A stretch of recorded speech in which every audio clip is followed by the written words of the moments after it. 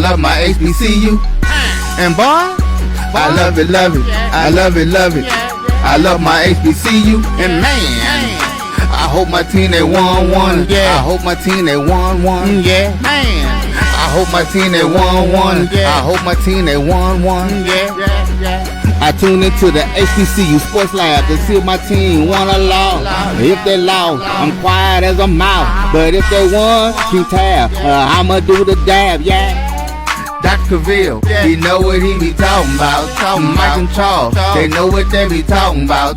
They compress the analytic data with the hip hop. If you know them like I know them, they gon' tell you if your team, if they won or lost, and who the ball.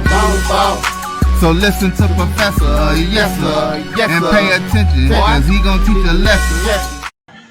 This is Dr. Cavil's Inside the HBCU Sports Lab.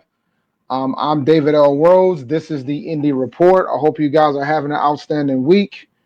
I'm going to go ahead and roll through the intro. Hopefully we'll have somebody from Hampton and Tennessee State here because I have questions, and I'm pretty sure they have questions for me. But I'm going to go ahead and roll through this intro real quick. Let's see here. Bear with me as I figure things out as I go. Got a different setup today. I'm out of town, visiting parents. Welcome to episode 710 of Inside the HBCU Sports Lab radio show and podcast, the show that's covering the sporting HBCU diaspora, all things HBCU sports for institutions large and small, from the NAIA to the NCAA. We share insights and information on the HBCU sports culture and HBCU athletic status to facilitate the story of HBCU's athletic programs and the business of HBCU sports. I'm your host, David L. Rhodes. Jeffrey Johnson, Tariq Wilson, and Brandon King are likely on assignment, but they might make an appearance today. We are filming from our home studios and sending a signal live to our KCOH 1230 AM studios with the Texas Radio Hall of Famer Ralph Cooper in the beautiful home of Texas Southern University from Houston, Texas. So yeah, let's get into it. So one thing that I've learned when it comes to what happened over the weekend and what particularly is going to happen this week, it's rivalry week. So we got two rivals where we got MEAC schools going up against Independents. We have Hampton Howard, and we have A&T and the school down the road. Should be a good event, to say the least, from that standpoint, from that perspective. I want to talk about the games that happened over the weekend, particularly A&T and Hampton. The reason why I'm out of town is primarily because I went to go to that game, and I plan on going to Aggie Eagle this weekend as well. So I want to get into that a little bit, get into the atmosphere of the game, get into what I saw from beginning to end, and the things that I noticed on both ends of the spectrum for A&T and Hampton, and how I feel they're going to go into their games coming up this upcoming weekend. But when it comes to the news stories, I saw Dr. Cavil's top 7 for the mid-major division. I think he had Edward Waters number 1, if I recall correctly. No, he had Virginia Union number 1. Yeah, he had Edward Waters number 1, and I felt like Johnson C. Smith should be number 1, if I recall correctly. I'm checking it right now because it's been a long week already. Yeah, he had Edward Waters number 1, and I understand why you would put them number 1, but I believe Johnson C. Smith should be number 1. But that's just nuance. Those are definitely the top 2 teams in Division 2. It's going to be interesting to see. It's going to be interesting to see how this all pans out long term. Edward Waters was definitely number 1. Johnson C. Smith was number 2. I will flip those with regards to that. I think that when we talk about what happened in the games with A&T and Hampton over the weekend, I'm going to go ahead and get into it a little bit. I was trying to wait and see if somebody from HU Powership comes, but very phenomenal atmosphere. Almost 16,000 people were there for the game. Hampton did bring the marching force with them, so we got a 0 in the 5th quarter, which was awesome to see. Overall, I think um, I think that the game was a slog at the beginning, but it ended up being a tied game going into the half at 10, and then Hampton started pulling away, and it became 20-10 in the second half. We A&T lost their quarterback going into the second half due to a launching play. Player launched at the starting quarterback um, near the end of the first half, and so they checked him out. He finished the drive, and then they checked him out, and they decided he can't come back into the second half. So we were down to I call it the final quarterback, the seventh quarterback, the seventh string quarterback, Noah Sanders. And Noah Sanders, I think they were being very conservative with him initially, but then in the fourth quarter, they finally, particularly with the last 2 minutes, they finally let him loose. And when they let him loose, he proceeded, while we were down 10 points, proceeded to throw a touchdown pass with less than a minute to go. And the score at that point was 20-17. And then in the ensuing kickoff, A&T went for an onside kick. They had the hand teams out there. Shout out to Aaron Harris, who's an Anelius Williams award, is on the award watch list for this upcoming season. He recovered the onside kick. A&T proceeded. Then there was a penalty. There was an unsportsmanlike conduct penalty as well that happened right after. So A&T proceeded to get to drive down the field goal range. Had a little opportunity to potentially close it out in regulation, but they ended up at field goal range, kicked the field goal, tied it up, went in overtime. A&T got the ball first. A&T ran the ball. Wesley Grays ended up, I think it was a quarterback sneak initially to get the first touchdown. And then then Hampton received the ball at first play, got a touchdown pass. So shout out to them for staying in it. And then possession swap. So then second overtime, Hampton gets the ball first, and they ended up getting a field goal. And then A&T proceeded to get a 5-yard touchdown run from Wesley Graves. They just pretty much ran it down and scored a touchdown, and the final score was 33-30. And Reek is here. What's going on, Reek? How you doing, sir? Oh man, it's been one heck of a day, but I ain't want you to think I was ducking the smoke. So I only got like 2 minutes. So I just wanted to jump in and say All congratulations. right. Oh, I appreciate it, man. So listen, man, I need your perspective on what happened on the end of Hampton. I just went over the game about what happened, but I really need your Okay. perspective on what happened at the end of this game. Well, here's what I think happened. So because Jeff and I, when we did our show last night, last night. Wow, Yeah, it was we a good show played. too. Thank you, man. We went through. We showed the end of the game, and at the end on that onside kick, it was chippy. So the players were going back and forth, and I saw some of your coaches come and put hands on our players. Oh wow, Yeah. So I'm getting that would fire me up as an opposing coach. That's just my guess. That's the best guess I got. So from there, things kind of escalated. But our players and your players going back and forth. And at least one of your coaches went up and grabbed like number 15, like grabbed him. And I could see that making things escalate. That's the best I got. Mm. Yeah, nah, because I didn't like I was watching it and I saw there was a lot of scramble at the end of it, but it was a clear recovery by A&T. Yeah. So I don't know why the scramble. Um, However, then the flags came out because it's always about what the refs see, right? Then Yeah. the flags came, something happened. So the flags came out, it was an unsportsmanlike conduct, 15-yard penalty happened.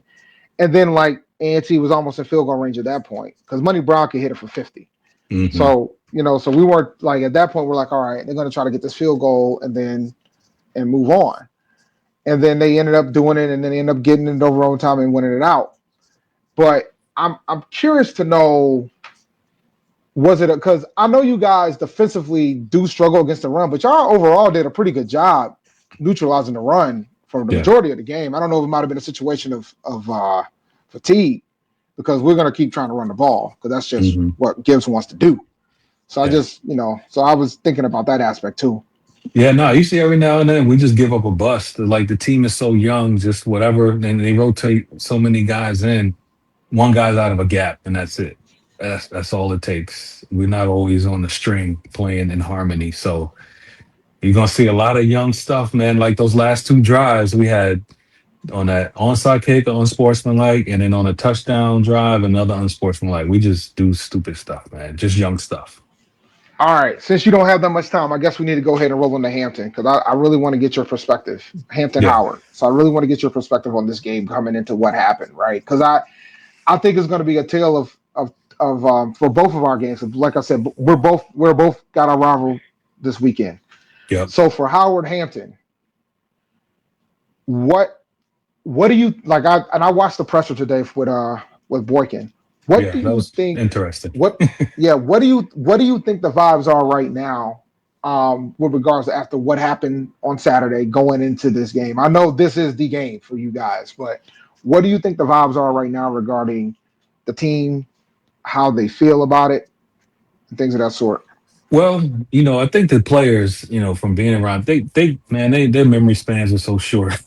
Like, so I think they're okay. But the coach, you saw Boykins, he kept mentioning coaching, coaching, coaching up. So I think the coaches are under pressure on a hot seat to have these guys prepared. So I think the coaches, administration, fans, like we all feeling the pressure. I hope the players aren't. I mean, we sadly, Jeff and I both think Howard should win this game, only because they are a more mature team. They ain't gonna do a whole lot of stupid stuff like we will, but I think we have we have at certain positions we have more talented players, more impact players, especially on defense. But as you see, every game we just do stuff that just makes no sense at all. So there's no reason to think we ain't gonna do that. So if we do it, then we're gonna lose straight up. So you talked about how you have them in some positions from a talent standpoint. Do you think you guys as a whole are a more talented team than Howard? On defense, yes. Offense, Oh, nah. I think it's about a push offensively, but defensively, I think okay. so. Yeah, defensively, we got our secondary and on those late passes, we had some backups in there because of injuries, but and number 24 got tossed out for that targeting. So, but when Yeah. everybody's healthy, we're good. Linebackers number one had a great game. Number 51, other backer, he's good. Defensive lines are work in progress. Defensively, we're fine. Offensively, I think Howard could even have the edge potentially. So somebody said that they're giving the edge to the Bison, but I think that they're playing in a neutral site, aren't they? Yeah, it's Audi Field in DC, Yeah. Yeah, that's but a it's neutral gonna site. be it's gonna be 50-50. I mean, half of Hampton lives in DC, so Yeah, that's yeah. decent Like I grass. don't like they're not playing it in Howard Stadium. So I didn't yeah, so to my perspective, even though it's in DC, it's a neutral site. Like there was a time when Aggie Eagle used to play in Raleigh. Raleigh's Yeah. right up the street from Durham, and Hmm.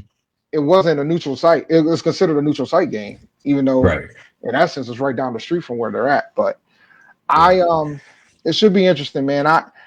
I picked Howard to win, but I think it's gonna be close because I think they're due. Like they're due. Like you Yeah. guys have beaten If they them gonna catch so us, they many better years. catch us now. They better get us right now. Yeah, because Now's the time.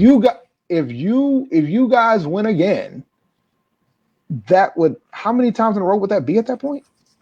I It's been a forget. I don't lost count. it's been a while, man, since they've won. Yeah. So I think if there's a time to do it, it's got to be now. Yeah. With regards to that, Yeah, you want to talk about I my like game? Gibbs. Yeah, I like Gibbs, man. I like him. I think the Central they're better coached than we are, or their players are more mature than we are. So they ain't gonna do the stupid stuff we did. So it's gonna be tougher for y'all against them. But the Oh, way it's Gibbs got y'all playing, y'all will be competitive. But Eagles should win this game. yeah. I'm not. I ain't ready. I believe in the Big Mo.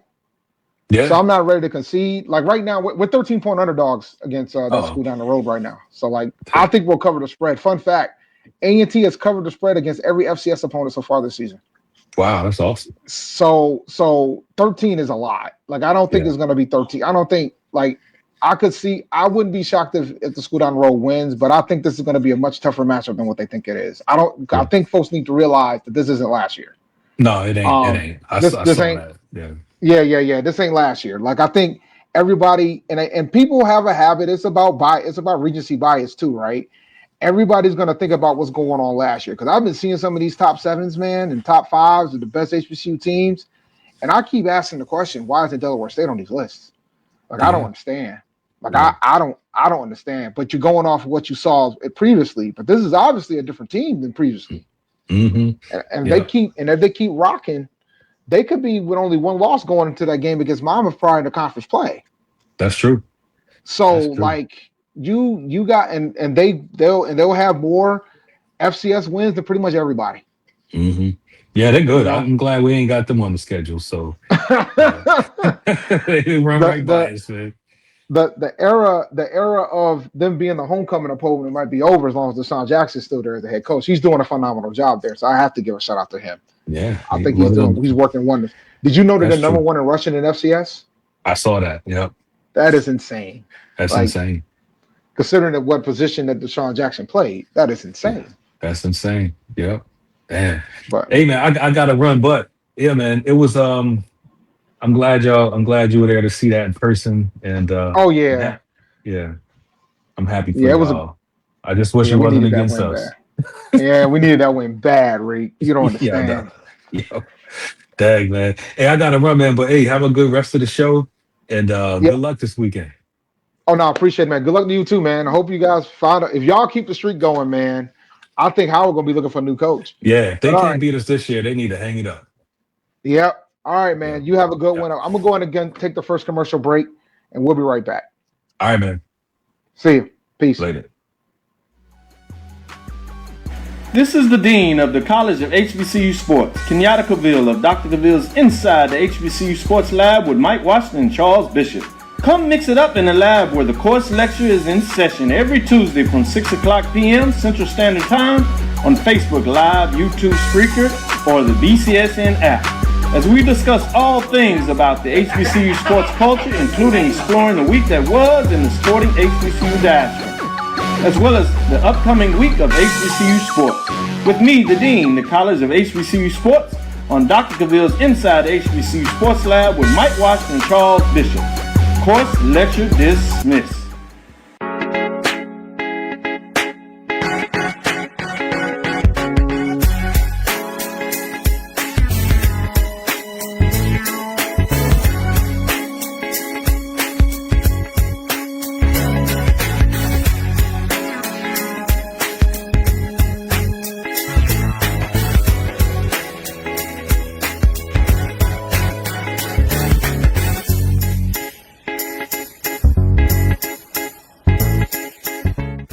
It's never too early to plant the seed, to share the tradition, and instill a sense of pride in your HBCU with your little ones. HBCU Pride and Joy Children's Boutique helps you share your school spirit with a wide selection of adorable kids apparel and accessories officially licensed from your favorite HBCU. Visit hbcupridejoy.com and follow us on all social media at HBCU Pride Joy on Facebook and Twitter. For over 30 years, HBCU Independents has been more than just an apparel store. We've been a movement, a statement, a legacy. We celebrate the pride, the purpose, and the culture that make historically black colleges and universities legendary. Whether you're a student or a lifelong supporter, our gear lets you wear your HBCU story with confidence and style. Because when you wear HBCU Independents, you're not just wearing clothes. You're wearing culture. You're wearing pride. You're wearing purpose. HBCU. College football fans, the Cricket Celebration Bowl is celebrating 10 years of crowning an HBCU national champion. A champion will rise at Mercedes-Benz Stadium on December 13th as the MEAC and SWAC champions clash in Atlanta. Join us for championship football, interactive fan experiences, and iconic marching bands. It's an HBCU family reunion that you don't want to miss. See who will be crowned the next HBCU national champion. For event and ticket information, visit thecelebrationbowl.com. Compress the analytic data with your hip-hop. If you know them like I know them, they gon' tell you if your team, if they wanna lose, and who the ball. So listen to Professor, yes sir, and pay attention, cause he gonna teach a lesson. Welcome back to Dr. Cavil's Inside the HBCU Sports Lab, episode 710. This is the Indy Report. I think I'm going to be solo for the rest of this ride, and that's fine. I got a couple things I want to discuss. One thing I want to discuss is before we get into the games is the state of the MEAC. I mentioned Delaware State and how good they've been playing, and they're starting to become a bigger threat for that MEAC title than we're not appreciating yet. And maybe we might be jumping the gun too fast because there are some pretty good teams in that conference. But I think the conference having Delaware State last in the preseason poll is kind of expected. But now I don't know if they're going to be placing last in that conference. The school down the road has a habit of getting clipped by somebody, and if they get clipped by Delaware State, or they get clipped by Morgan, or clipped by anybody, because they're good to get clipped by somebody. Typically, it's on the road. I didn't check to see if Delaware State's on the road or not, but if they get clipped, it could happen. So you'll be surprised. I thought it was much longer than that. Has it been that? I thought it was much longer than that. It might be. Let me check. Are you saying it's 2019? Let's see. Howard Hampton.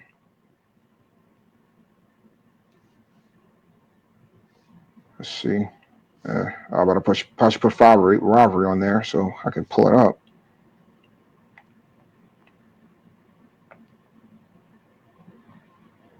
No, the last time Howard has beaten Hampton is 2014. Hampton has won the last 8 attempts. So Hampton has an 8-game streak against Howard.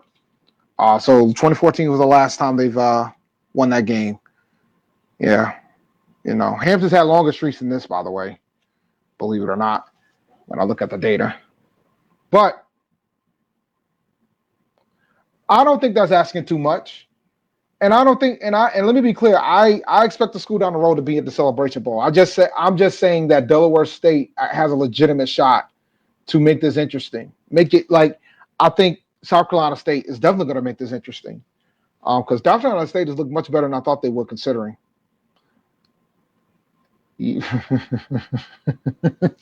Shout out to Brian. Make sure you guys stick around for the ONG Strike Zone after this show.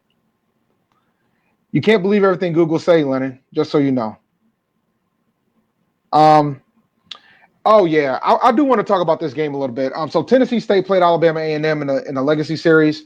Also, they have they're going to have a 4-year series, which I think is awesome that those guys are playing each other again. I watched a decent chunk of this game. Like I said, I went to A&T Hampton, so I got a chance to watch some of this game prior to the kickoff because it was a night game. And I saw the 21-point surge that Tennessee State had. And that was pretty much the only quarter in the second quarter. And that was pretty much the only quarter that they scored, which is not encouraging. I think Tennessee State is in an interesting place right now. They were picked to be next to last in the conference. I think they're going to do I think they're going to be able to work some wonders within the conference. I don't think they're going to be next to last, but I think that's a classic example of a team that's just now getting together, right? They had over 60 players that were replaced within the past few months after the departure of Eddie George. So Reggie Baller this season is going to be a mulligan. However, I know there was a whole discussion point about attendance when it came to this game. They had a little over 10,000 folks that were at the game. And, there's a lot of back and forth about whether or not they should move to another conference and things of that nature. And I don't see them going anywhere until there's another Tennessee school that decides to leave the OVC. I think once you're the last Tennessee school left, then all the reasoning of staying in that conference kind of becomes null and void. But with regards to that game as a whole, they have to figure out to have some level of consistency of offense. And one other thing that I noticed is that they're pretty much about the big play. Like, they beat A&T off the big play, right?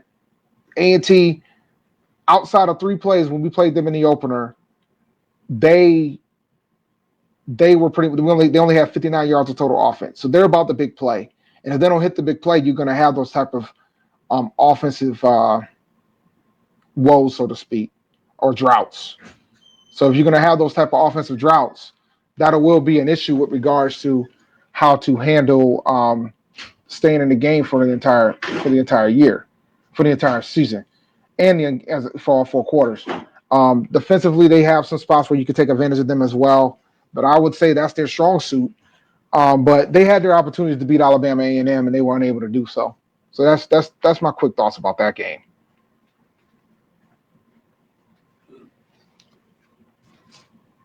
So with regards to that, Dell State and South Carolina State may have something to say about that. Well, I don't know what to do with Morgan, A&T Roy, to be honest with you. I kind of don't know what to do with Morgan. Morgan State is in a pickle right now because they've been struggling. They're 0-3 currently. They should get their first win this weekend against Central State. But overall, I don't know if Morgan has a legitimate chance with the other teams within the conference rising. So then you're going to have some questions, right, with regards to that, because, I think this would be the year. They just got to find an offense. But we've been saying that for a few years now. They just got to find an offense. But we'll see. They picked Delaware State last, the same reason why everybody picked A&T last. I mean, there were people that had A&T 0-12. So they're going off recency bias. Delaware State hasn't been a good football program in a while. They have some challenges there as well that Deshaun Jackson's got to work through. I just find it fascinating that Delaware State didn't get the same grace when it came to Norfolk State when it comes to standings and where they should lie. So when you take that into account, it makes it kind of difficult to navigate. But Deshaun Jackson has surprised folks. We'll see how valuable that UAlbany win is because the week after Delaware State beat UAlbany laid an egg against New Haven, who's just not playing Division I football for the very first time. So we don't know. Over time we're gonna see how good that UAlbany win is, but right now UAlbany's 0-3. But this weekend, I believe they play Sacred Heart, if I recall correctly.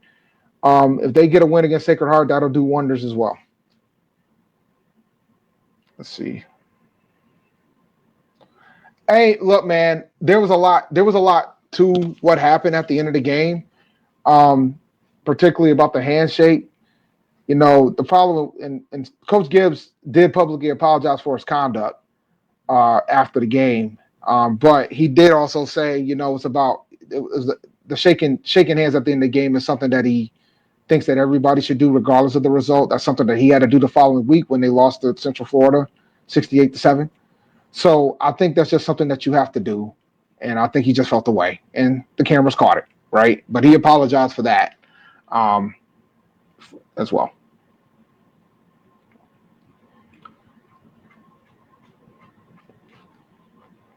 Oh, boy. I agree. Kendrick Rhymes is legit. He's legit, but that's the only thing they have right now. I mean, they were still trying to figure out who starting quarterback was going to be over at Tennessee State. Talent equals wins, but it also equals coaching. Like I don't think a lot of folks realize how many players came back from that A&T roster that didn't have a Division I win last year. More than folks realize. There's a lot of folks that came back from that team. We didn't have like the crazy portal. We didn't have the crazy portal like Tennessee State did.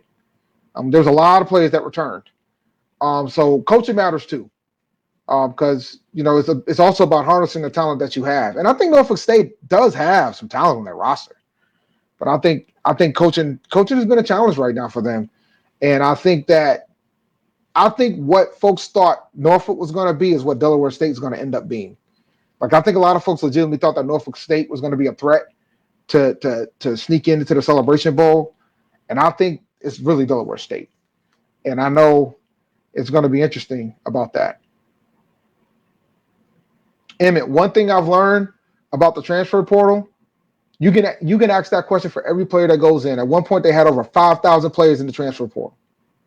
So people will just go to go. And there's going to be more players going into the portal very soon with the 2 firings of those coaches at the FBS level. So that's just what it's going to be. All right. I'm going to take our second and final break because I'm going to run through the rest of the show.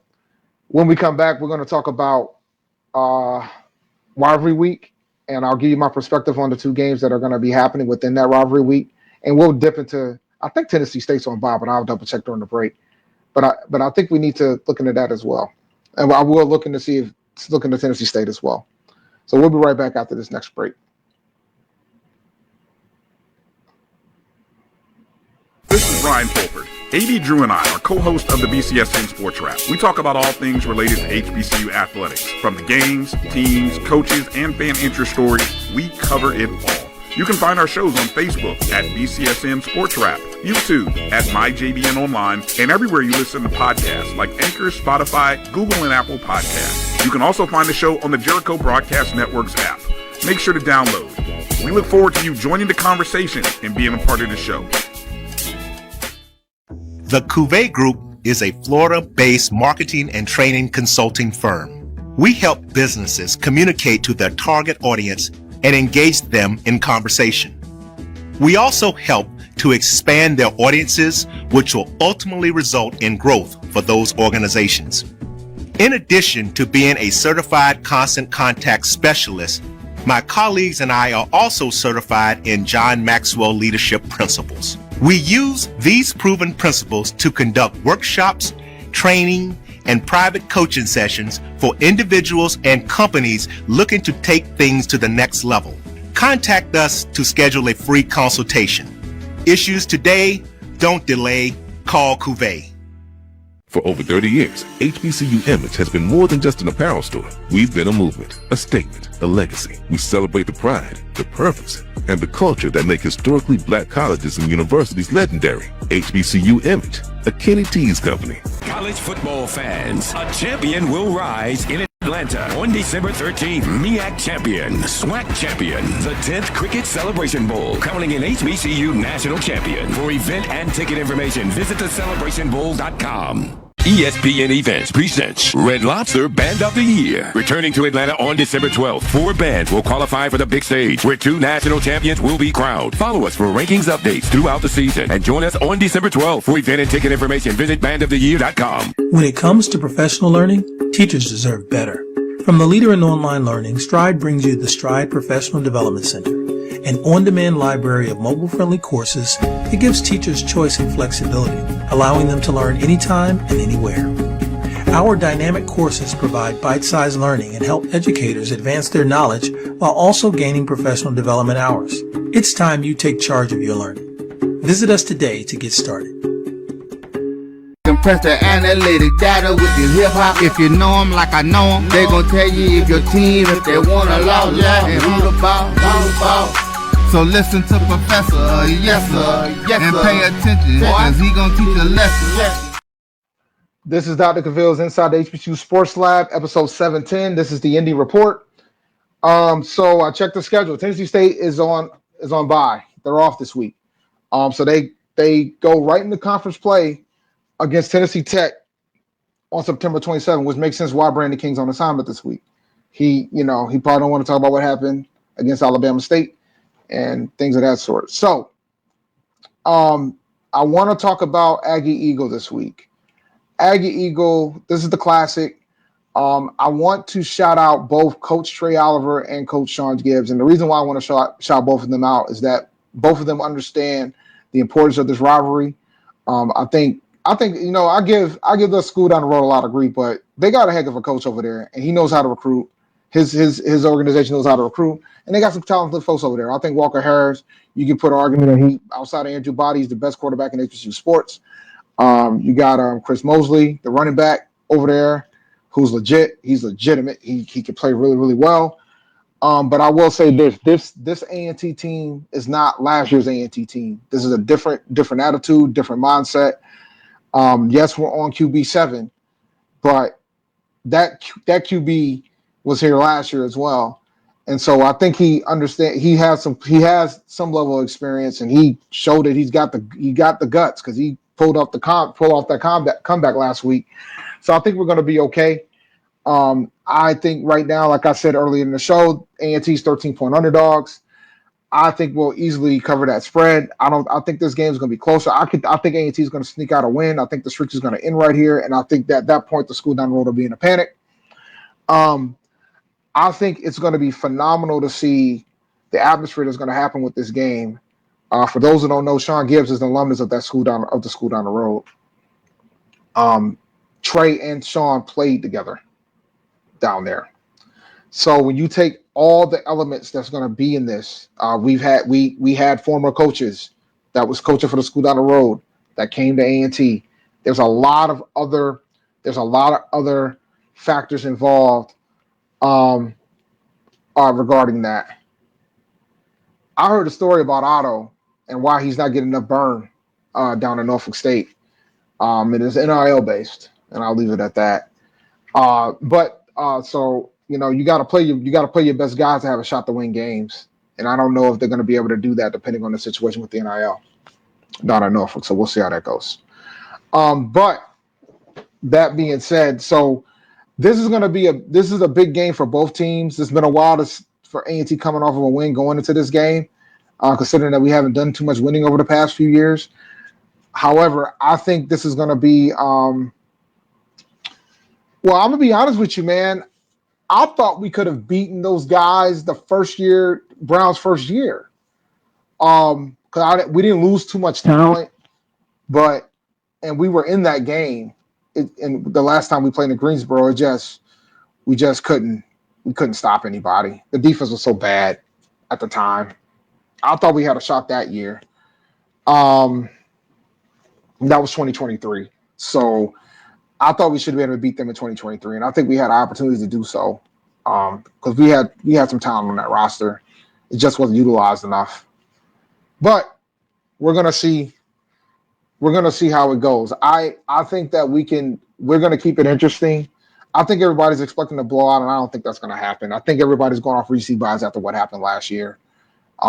This is a different mentality than what we had last year. I ran into a player at the end of the Hampton A&T game on Saturday, and I went to congratulate him, and I gave him props for not quitting. And the quote he pretty much said was, "If this was last year, we would have definitely quit." So this is a different attitude. This is a different swag. This is a different team from last year. And I know a lot of folks had us going winless, but that's not going to happen obviously after what happened Saturday. But I think we're going to make this game competitive, and I think we have an outside shot to get it. But not to say that school down the road isn't good, because they are. They're very talented. A lot of folks picked them to win the MEAC. So this is going to say a lot about both of those teams at the end of this. Now, will we pivot to Howard Hampton? It's kind of fascinating. Like I said, the last time that Howard beat Hampton was 2014. And with regards to that, Howard has to figure out a way to get over this hump. And if there's any time for them to get over the hump, it's now. I think the youth of Hampton could be their detriment. But if those guys stay focused, I think Hampton's the more talented team. But the problem is that Hampton has had some discipline challenges, and those discipline challenges has cost them games, almost cost them 2 games. They could be staring at 0-3 right now. So when we take all those things into account, I'm going to give Howard a nod here, and I think they're going to end the streak, which is going to be interesting for Hampton, being 1-3 continuing into conference play. Well, would it be 1-3? Yes, it would be 1-3. Continuing into conference play, because that means if Howard beats Hampton, that means Hampton's going to be going into the rest of conference play with no Division I FCS wins. And I know that, and I'll talk to a lot of folks at Hampton, and they had some high hopes for this season. And I don't think this is how they wanted to start the year. So Hampton needs this game more than Howard does, believe it or not, in my opinion, because they need some level of momentum going into the Brunner conference play. They got some tough opponents going in, and I can say the same for A&T. A&T needs this win. If they pull it out and they win this game, that's a 2-game winning streak with being 1-0 in the conference. Right now, they're currently second place in the conference because Rhode Island is 2-0, and they're tied with I believe William and Mary, who is also 1-0 for second place. So they need this win because that's good momentum going up to Maine the following week, which another game that I plan on attending. So it'll be good. Maine is winless right now, so it might be an opportunity to get that second conference win, potentially be 2-0 in conference, and then coming out at the end of the month with a winning record, which would be beautiful to see. We should be 2-1 now, but I'm trying to quit licking old wounds, so to speak. Let me go into the comments real fast. I don't think this is happening. I know everybody thinks that those three institutions that head back to go to the MEAC. Well, Tennessee State's never been in the MEAC, but I think there's a lot of things that have to happen before that occur, and I don't see it happening. I think A&T and Hampton, I'm considering the type of coverage they get with the CAA, consider the media deal that they have with the CAA, consider the freedom that they have within the conference with regards to like a linear TV deal. I just don't see them doing it. We won CBS proper last year in men's basketball. So I just don't see it happening. And we got the HBCU Classic coming up, which is pretty awesome, which I know that's probably not necessarily related to the CAA, but still. So I think they enjoy having the linear television that they have and things of that sort. So that's just my thoughts on that. It's gonna be interesting to see what happens with regards to that for Aggie Eagle this week. But it doesn't change the fact of how talented the team that School Down the Road is. And I think the big thing that we have to be ready for, it all starts up front. And so I truly believe that our defensive line has to be able to get some wins against the offensive line of the boys in Durham. I think it's pivotal that they get some wins with regards to that. Yep, that's where I'm at. I have a running joke about like conference alignment and things of that sort. The CAA commissioner was at the A&T Tennessee State game. And he also was at the A&T Hampton game as well. So I think the CAA sees A&T as a crown jewel. And that is going to be it's going to be a tough sell to convince them to go back. I know folks are worried about teams leaving the conference, but even William & Mary, when they made the decision to head to the Patriot League for football, it was only for football. It wasn't for anything else. So I think folks got to look at it past just one sport. I think a lot of times we get encapsulated with the most popular sport, and I think folks got to look at it from all the other perspectives with the other sports and things of that sort. So that's just my thoughts on that. I know we always have the conversations about teams making moves to go back into a conference, but I think you have to look at the entire perspective of it all, and you don't necessarily have to agree, and that's okay. But I've always felt like when they made the decision to make the move, when A&T made the decision to make the move, initially it was about cutting costs, but the end goal was to get to the CAA. So they're where they expected to be in a couple of years. They just ended up getting there much earlier than anticipated. And Hampton, and as for Hampton, and this has been on record, they would have preferred to go to the CAA over the MEAC when they went to the MEAC. So you got to take. There's a lot of other things involved with that because that was with the previous regime, the previous president of Hampton. He really wanted to be in the CAA. This was a goal of his. So when you take all those things into account, it's going to be difficult to convince those two schools. Tennessee State, I think it's about optics. This is just me. Now, this is just me talking from my perspective. I think it's about optics with all the fact that we talk about the fact that the cost and how they're trying to cut and the cost challenges that they've had as an institution right now. And some of it's on the state. Let me be clear. Some of it's on the politics of the state, things of that nature. But optically, it doesn't look good to leave and go to a conference that could potentially cost them more from a travel perspective. The MEAC will cost them more from a travel perspective than the OVC right now. I mean, you can argue the SWAC probably could too. But either way, optically, it doesn't look good. And the fact that they made the decision to opt out of the NCAA settlement, I don't know if that's going to fit with the SWAC. Would they be okay with them going there and opting out? We know that the MEAC, there's schools that made the decision to opt out. But the SWAC, that might not be an option because they decided to do it as a conference. But that's probably something simple. Like I'm pretty sure Dr. McKellen would be willing to work with that if that's the decision that they make, if they made the decision to make the jump to the SWAC. So that's my 2 cents on that. Let me tell you something, man. When I saw him, that's the first thing I thought. I was like, he out here trying to add Tennessee to the list? Add a major market?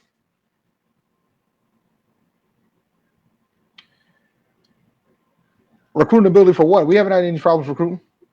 We've beaten out some of the MEAC and SWAC schools for players. So I don't think we've had any problem recruiting. And I think part of the reason why is the perception of the conference. Like the CA football is probably considered the premier conference on the East Coast. Like that's the perception from an FCS standpoint. They're considered the premier conference in the East Coast. So we get players, we get talent that some players, some institutions won't have a shot at because of that alone. Like we get, so I think, and you're a Jackson State alum, but Jackson State has a lot of things going for them, and they're doing a phenomenal job with that. But that's not the case for everybody within that conference. So when you take all that into effect, like we've been able to recruit really good talent, particularly particularly in basketball, we convinced a 4-star player to come here instead of Syracuse or Louisville. Like, so I think the CAA in basketball is known as a mid-major conference, a pretty strong mid-major conference. So when you take all those things to account, I think there's other layers. Like it's not just about football. A volleyball team, volleyball is going to probably be a potential moneymaker long term, and I think more of our HBCUs need to focus on that. We're able to get talent there that we wouldn't be able to get otherwise. So there's a lot of other elements to it all. Like there's data to show that we haven't had any issues with recruiting, and we've already won some championships in the conference. We're still able to get folks in the nationals for the NCAA from a track perspective. We're doing things that we need to be doing from that perspective. So I'm not too worried about the recruiting side of the fence because A&T as an institution is the largest HBCU in the country. We broke over 15,000 students. So they have these coaches have something to sell for the institution. So I'm not too worried about it from that aspect. I'm not worried about recruiting one bit.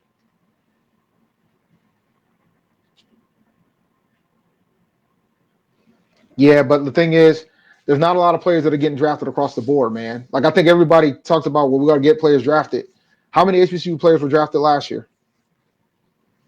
This season in the NFL? 1. So, it's an uphill battle. I'll ask you this question: which FCS conference had the most players getting invites for UDFAs? It was the CAA. More than the Missouri Valley Conference, more than the Big Sky. The CAA had more players that got UDFA invites than any other conference in FCS. All right, and that includes A&T players. Not saying that MEAC doesn't do a phenomenal job, because shout out to Elijah Williams. He bettered himself and he won.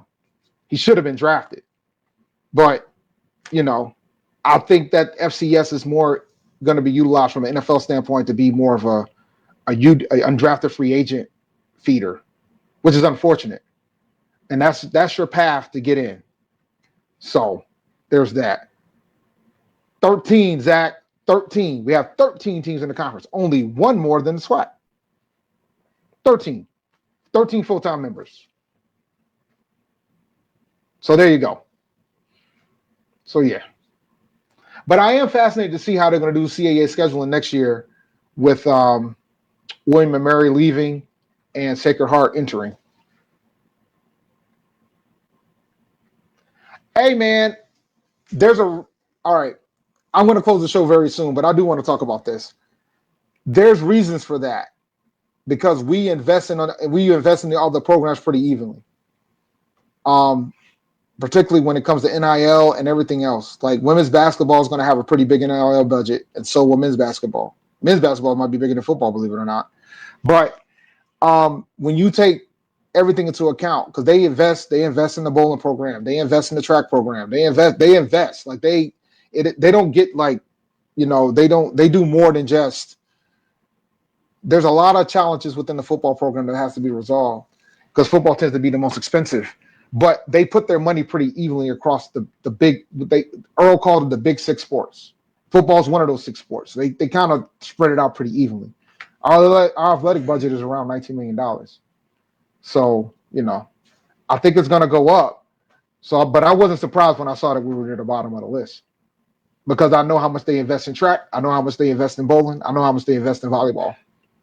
So everything is kind of invested evenly. A lot of times, a lot of schools tend to just invest in one or two sports, and basketball too, men's and women's basketball as well. So that's part of the reason why.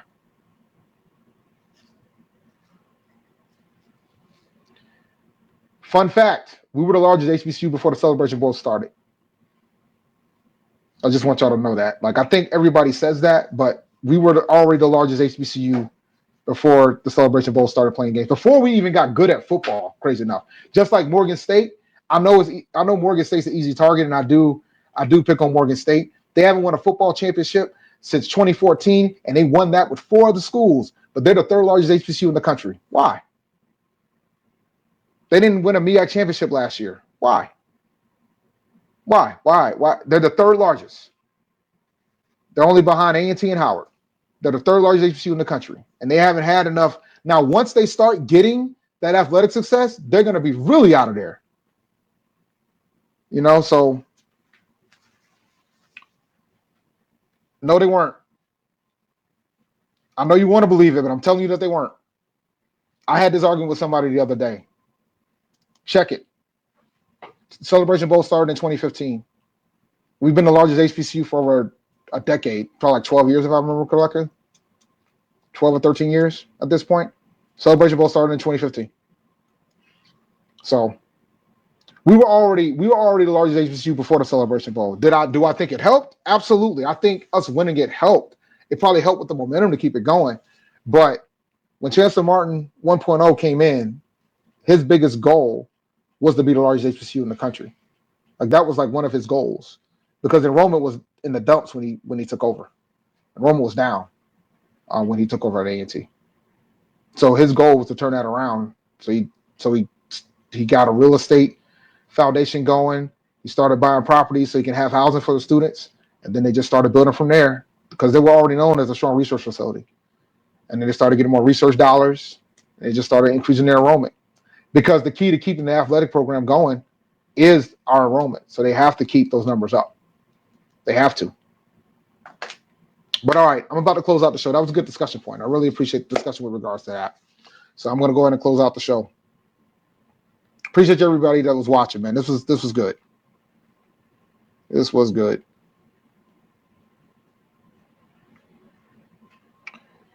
Really good discussion.